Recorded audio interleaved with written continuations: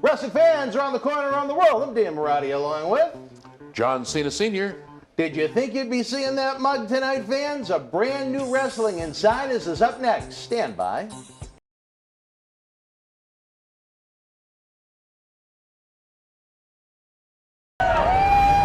This is Mick Foley. This is Harley Race. This is Shelton Benjamin. This is Mr. Wonderful Paul Orndorff. This is the Monster Abyss. And this is Daniel Bryan. This is JBL, and you're watching the MWF. Be there live.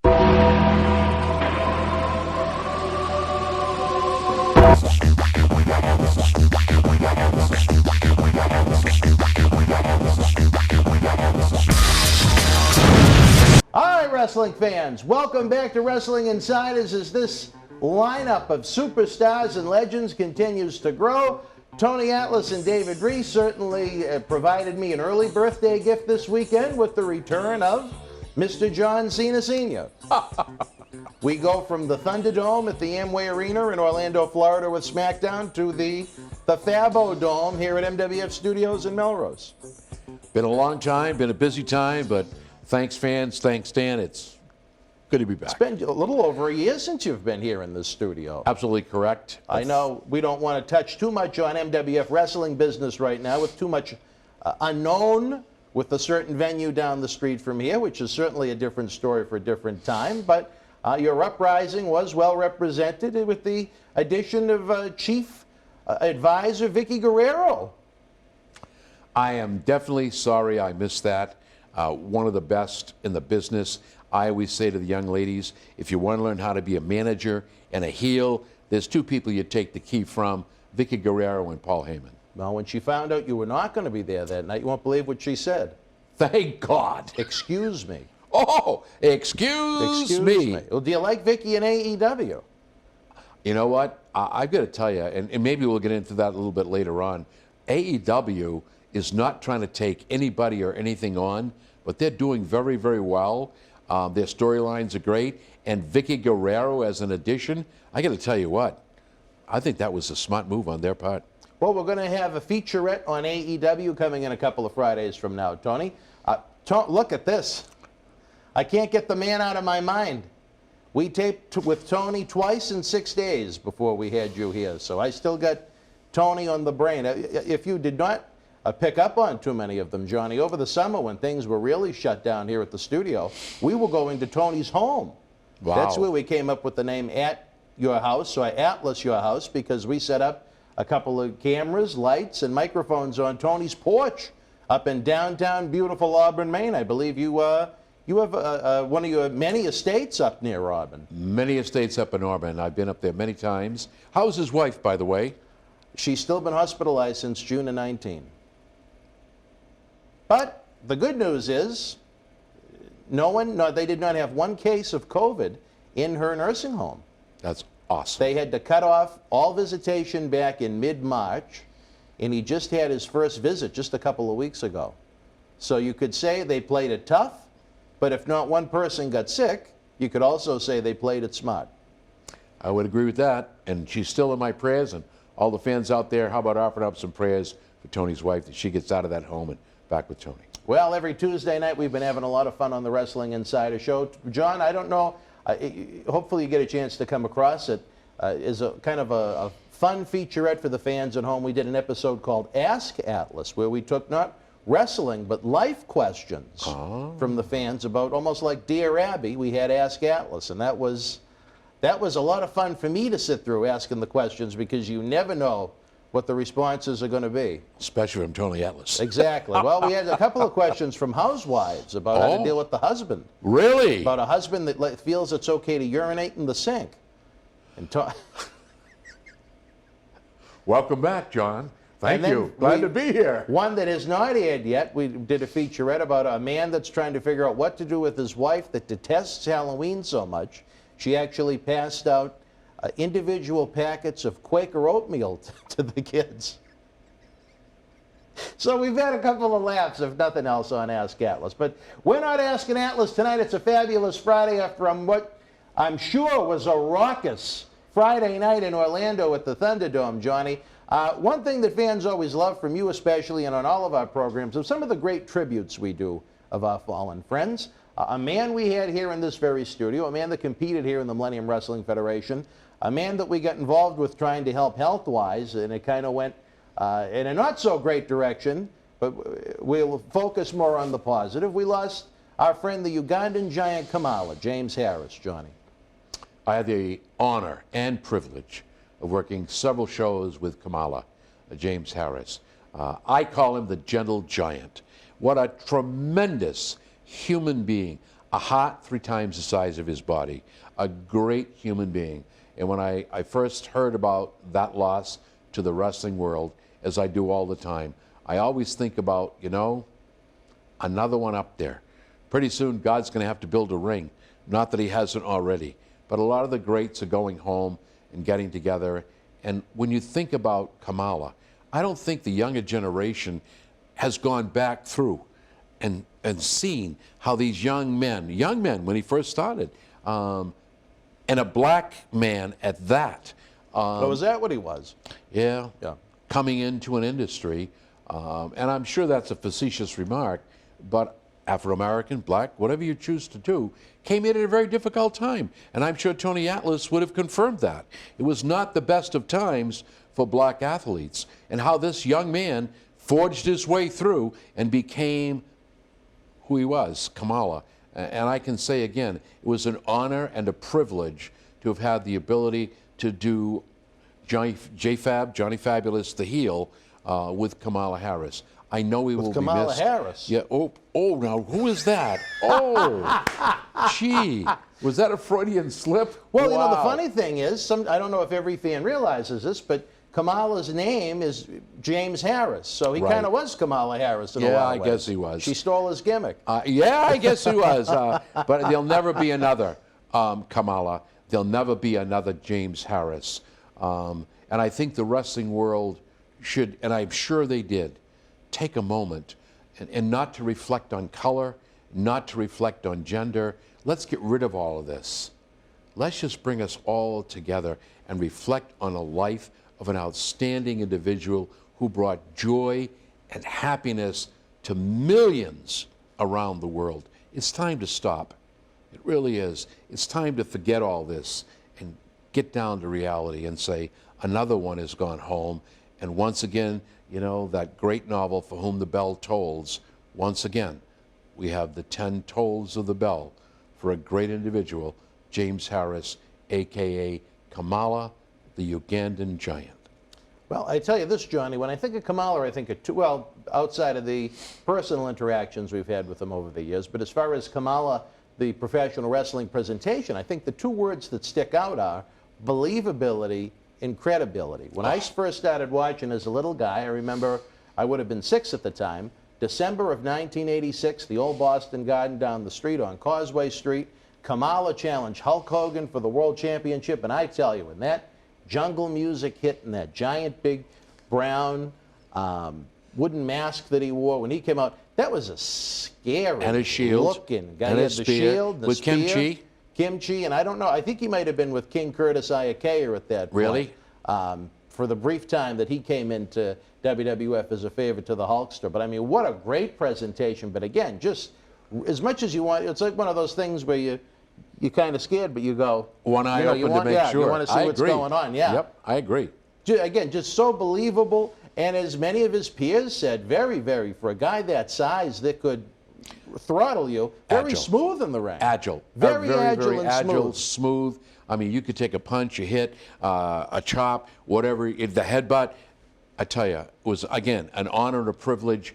And I hope the young people that worked with James Harris, a.k.a. Kamala, learned a lot from him because he was very open and willing to give. I think we did a great 3-hour studio shoot interview with Kamala right in this very studio in the chair you're in. It is available. If you don't want to go out of your way to get a DVD, it streams on our Patreon service at patreon.com/Boston Wrestling, where you can help keep wrestling legends working for the price of a cup of coffee over at Starbucks.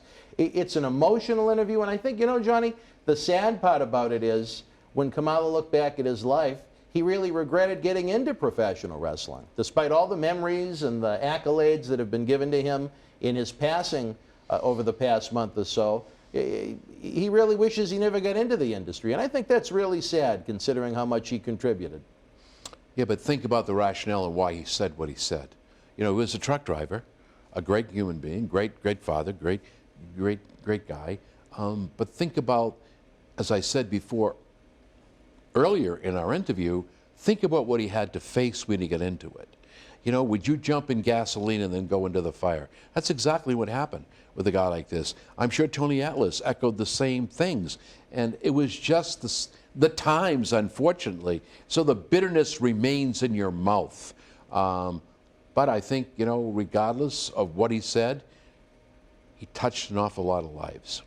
Sure did. I mean, he had three, all maybe shorter than they should have been, but three big runs in the WWF. He had one with Andre in the mid-'80s. Then he came back in '86 into '87 when he had a big main event run with Hogan. Then he came back again in '92 into '93 when he feuded with Undertaker, and then eventually took on the babyface persona managed by Slick, which he really didn't like all that much. You know, he felt he was very underpaid over the course of his career. That was well documented. A lot can be said about that either way, but every territory he went to, he really had a significant place. And a time when the territories were, it was like Major League Baseball. You had, at its peak in professional wrestling in the United States, 20, 25 different territories you could go to and make a full-time living, as opposed to what it's like in 2020. I would agree with everything you're saying. Yeah. I would agree with that. I would agree that he was underpaid. There's a reason for that. You know, a lot of the wrestlers, regardless of color, let's forget about this, were underpaid. But you got to stop back, at least I do. I stop, I listen to what they have to say, and yeah, maybe he was right at the time. But what about if it was now? You know, what about if it was now? He'd be up on the billboard with the best. He'd be up against the Roman Reigns, the Bray Wyatt, you know, the Randy punch in the head Orton. Another story for another time, as you so eloquently say. I think Jim made a big dent in professional wrestling with his ability, with his appearance, with his gentleness and kindness. I think people overshadow that. I think maybe it's hard to look back on that when he gave his interview because of how he was treated, where he was at the time in our history. I think he's very underrated in the fact that he gave Undertaker a lot of credibility. Undertaker had been in WWE for about 1.5 years when he started his program with Kamala. He started a little issue on WWE TV with the Berserker that really didn't pick up too much steam, so they transitioned Taker off to Kamala. Kamala did a tremendous job selling for Undertaker, this wild, you know, jungle beast of sorts that had no fear until he saw Undertaker in that casket. And when Paul Bearer would push that casket out, he'd be in the middle of the match, start patting the belly and run through the arena, and he gave Undertaker a lot of credibility. He really put him over. Yeah. He put him over very, very well. But you know, it takes two to go to the dance. Oh, sure, absolutely. And as it progressed, you could see it going back and forth. Very well matched up, very well give and take. But you're right, Kamala did, I think he went above and beyond to put over The Undertaker. And it worked. It really did work. I think of all his big, and he had a lot of, as we mentioned, some great feuds in and out of WWE.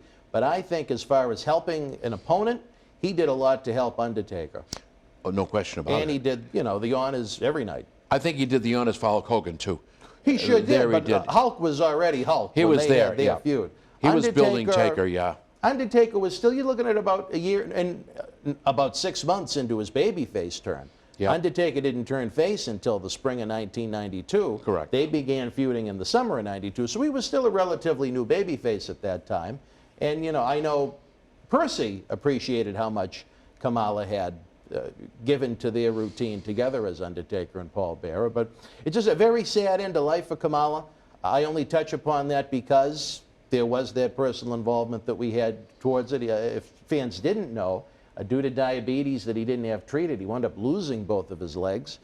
We wound up working with WWE and the fine folks at the medical facilities in Pittsburgh to try and get those two knees, and I only say it because of the YouTube video we made that went online. It's still out there, as a matter of fact, which I resent, but you know, we tried to raise some money for the man. He didn't quite understand how technology works as far as how payments work, but we made sure when we teamed with our friends at the Cauliflower Alley Club, he received every single penny that was due to him, which I'm very proud to say that we did.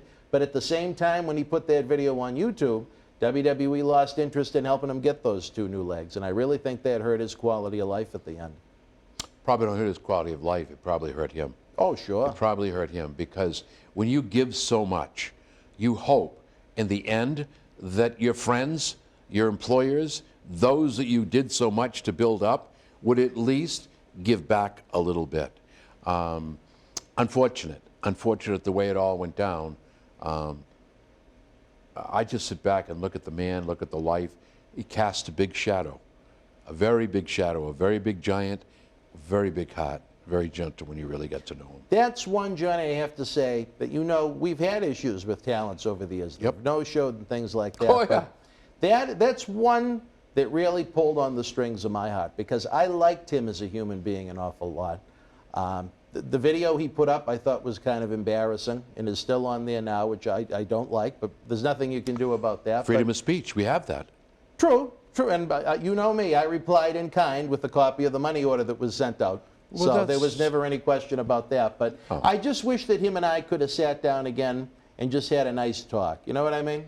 That one bothered. That one hurt a little bit. I understand that, but you got to remember something that at the time I did it, that's the way I felt, and that was my rationale. And not being able to fully understand what's going on in the world of technology, etc., and reacting very quickly. I'm sure Atlas, and I'm going to bring Tony Atlas into this, he made a comment several times about almost the same thing.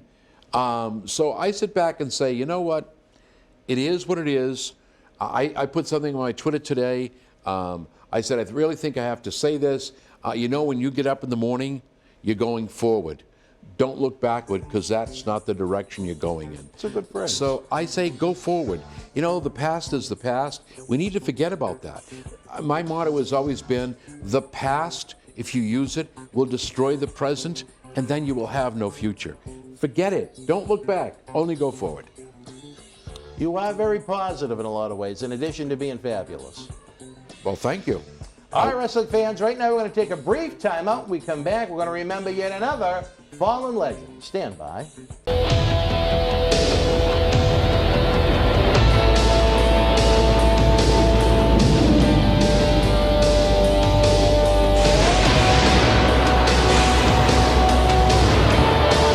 Wrestling fans, welcome back as we welcome to almost the re-debut of Wrestling Insider's Fabulous Friday Nights, following SmackDown each and every week from the Thunderdome in Orlando. WWE certainly has taken a lemon and tried to make some delicious lemonade out of it. I don't know if you've seen too much of the Thunderdome, but that's a very impressive setup they have in Orlando, not to spend too much time on that. Somebody had a great idea, a great concept, but you know what? It's really tough when you got to steal from, you know, what's that Mel Gibson movie? Mad Max? Yes. Didn't they have a Thunderdome? They did have a Thunderdome. Oh, okay. So anyway, I'm just being kind of wise. You know, that's what I do best. Anyway, in a minute or two, though, before we continue, do you sure. think it's added to the presentation of the show compared to having 20 to 30 NXT students banging on plexiglass at the Performance Center? My answer to that is yes. Yeah. I think what it did do when they first started, it piqued interest, curiosity. The question becomes now, will it continue to be the Thunderdome? Will it continue to be what they really want it to be? Because you know what? Not only the WWE, AEW, New Japan Pro, whoever you want to go after, they really pique your interest. It was like Lucha Underground. I thought that was a You loved Lucha Underground. I thought that was a good little deal.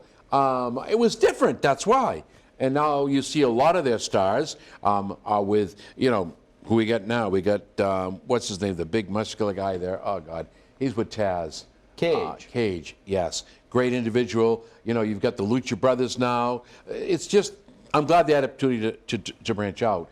But I hope they stay with the Thunderdome. The concept remains, and the talent and the caliber of matches and the way they're going with this, they're almost going backwards a little bit to that PG, non-PG era. Good. Good. They Let's see. need anything to give the show a little bit of an edge and a little bit more of an interest, I think is a great agree. thing. That's exactly right. At the end of the day, though, I think Thunderdome is a great visual presentation. But after a few weeks of, okay, this great visual presentation that WWE is known for, which is state-of-the-art video production, whether you love what WWE does in the ring, whether you hate it or is somewhere in between, one thing you can never knock about their company is the state-of-the-art visual presentation that it is. But it does get back to some point, okay, we're accustomed to Thunderdome now. Thunderdome is part of the weekly presentation. The focus is going to be back more on what's happening in the ring, but we'll have an episode on that very soon, I'm sure. It's been an interesting 2020 in the world of professional wrestling, to say the least. But, Johnny, in addition to Kamala, we lost another great, well, Kamala even has not been enshrined in the WWE Hall of Fame yet. And he should be. I'm sure he will at some point. Too bad we have to die to get in. Well, I think those that are part of the concussion lawsuit are going to have to wait until that's all dust under the rug, so to speak. But we lost Bullet Bob Armstrong, Tony. Again, I'm going to call you Tony. Wow. It's all right. I call Kamala Harris, so I guess we're even. Tony and I did a nice tribute to Bob. He worked with Bob an awful lot earlier in his career down in Georgia. A gentleman that is the father of the Armstrong family. All of his sons got into the world of professional wrestling. I'm sure Road Dogg would be best known to the wrestling fans of the four sons. But very sad to see the passing of Bob, just 2 months after his wife passed away in June. A man that, you know, he took on cancer head on. He didn't want any treatment for it as it went to his bones, and he went out his own way. Admirable. Admirable. I can only tell you this, having worked as an orderly in the hospitals and been around hospitals in my younger days, when you lose a mate of that many years, it reaches a point of when that person leaves you. I have a situation now where my daughter-in-law's grandmother just passed away, and the response from her 82 or 83-year-old husband was, "Why is she leaving me alone?" So I think we have to look at both sides of this coin and say, you know, you've lost something you really love and care for. You may not be alone because you have those other people around who love you, but it's not the same. And so it's not, and I don't mean it in a sexual way, but it's not that intimacy. No, and that's a good word to use. The intimacy is not the sexual factor. The intimacy is the friendship, the joy, the simply holding of the hands, having dinner together, saying hello, saying I love you. Young people, older people have forgotten those very words of intimacy. They don't share anymore. They don't care anymore. It's an I world, not a we world. You know, you forget to hold a hand, to give a kiss goodnight, to say how much you care for a person. That's what keeps it alive. And when you lose that piece of life, that very intricate part, those people that are married 50, 60 years, man, stop and think about this. And then he gets confronted with his illness. Boy, I got to give kudos to him. No treatment. You know that Frank Sinatra song, I did it my way? God bless him. God bless him. And you know, I think that happens with a lot of seniors. If they don't have anything else going on in their lives, you go to from having a day-to-day partner for decade upon decade upon decade to you're alone in the morning making a cup of coffee. You might get a phone call from the kids a few times a week, and you watch TV the rest of the time. You know. Well, not like me. I don't do that. No You phone got a calls. harem, No so. TV. No harem. No harim. As Irish would say, I had no harem. I got nobody. Don't care no more. Hulk Hogan. No, I have nobody. So you got us. And I don't mean that. Well, I do have a friend. Moniz. But the whole. Moniz? Oh, we'll talk about that later, maybe. But you know, it's kind of like God bless him. God bless his four sons. A great family, a great union. You know, and you never know. As I say to people, you know, life is like a candle. It takes the gentlest of breezes to eliminate that light. But the thing that I think most people have to remember is, as long as the candle is lit, let that candle spread its light to others and enjoy what that light sheds and brings to you, and in return, be bathed in the light and enjoy it, because when it's out, you can no longer enjoy or remember what that candle brings to you.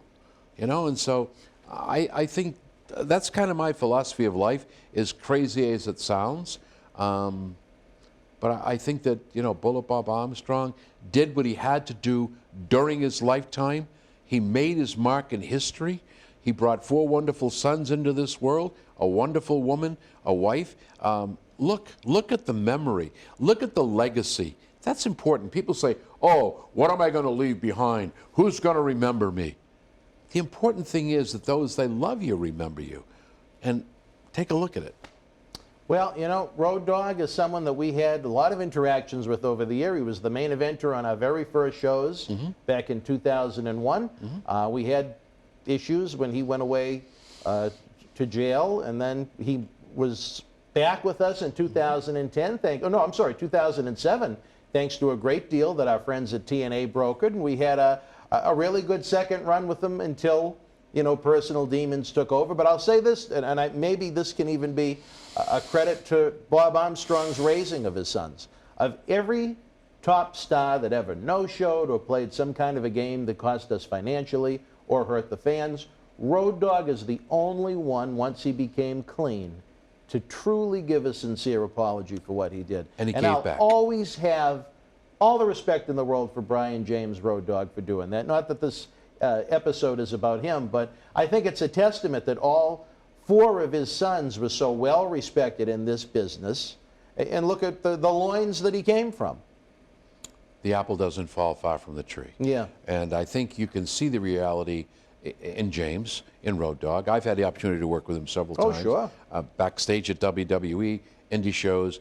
When you really get to know the man, there's a real good human being right there. Really good human being. Yep, real good human being. And kudos to him for going through hell to reach heaven. And I mean that.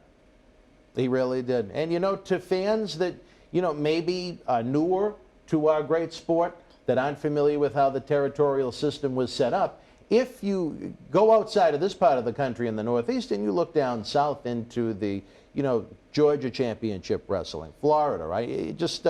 Bob Armstrong was a legend. He was, fair to say, a household name to those fans down there. Oh, yeah, absolutely, absolutely. Yep. He even contributed in the early days of TNA as kind of a, I don't remember the precise term, but he was an on-air authority type figure. So if for those fans that subscribe to Impact Wrestling's version of WWE Network, there's a lot of great Bob Armstrong stuff. Jim Cornette did a podcast that I caught a piece of. A friend that knew we were going to do this episode told me to listen to it. And Jim Cornette, who I have all the respect in the world for. I think he's a hell of a guy. I don't care what anybody says. I think Jim Cornette, I wish we had more Jim Cornettes in wrestling. Well, kind of like Donald Trump, say it like it is, right? Well, another story for another time. Jim was a gracious man going back to when he did shows with Tony Rumble, when he was an executive in WWE. How many WWE executives would go out on the weekend to do independent wrestling shows like Jim did for Tony? So I respect what Cornette says, and I learned a lot listening to what Cornette had to say about the man, because he used Bob in a similar role when Cornette started the Smoky Mountain Wrestling Company. So we've lost a couple of good ones, Johnny. It always makes me sad, but you know what? It's nice to sometimes pause, reflect, smell the roses, so to speak, at what these guys did during their great careers. Unfortunately, sometimes we have to wait for them to pass to give them that attention. Well, as I said earlier, just remember the lives they touched, the young talent they groomed, the young talent they brought up, the young talent they helped, and what they left behind. A lot of good memories, a lot of good light. People laugh, but I look at The Lion King. It's a circle of life. Can't get away from it. And it's not stopping for us. Yeah, as my dad used to say to me, I'd say, why? Why do you have to die? And he'd say to me, look at that oak tree. As tall and as strong as it is, it has a time and a place where it will cease to exist. We hope that when we leave it a little better than we found it, and contributed to those that were less fortunate, and maybe helped a few along the way. So it's that old, and Disney hit the nail on the head. It's the circle of life. As I say in the nightly prayers to those that I have upstairs, take me by the hands and bring me to where I can put some goodwill into the world. What else can we do? Nothing. Nothing. Nothing. All right, wrestling fans, we're running out of time this week. John, it was very interesting to have you back. I don't know what magic Tony Atlas and David Reese weaved to bring you here, but Tony certainly surprised me with this. Friday nights aren't going to be the same. Forget about the Thunderdome in Orlando. We got the Fabo Dome right here on our fabulous Friday nights. And I guarantee you, this has been low-key. We're going to get controversial. Wait until our friends that you don't know, Tony, I'm sorry, again, Johnny, that when we have our live chats on YouTube during the premieres, Tina, Stoney, whatever her true name may be that week, we got Maria, we got some great fans all over the world that join us for Tony and Marty's premieres, and I'm sure they're going to have some interesting insights about you. No questions about sinks.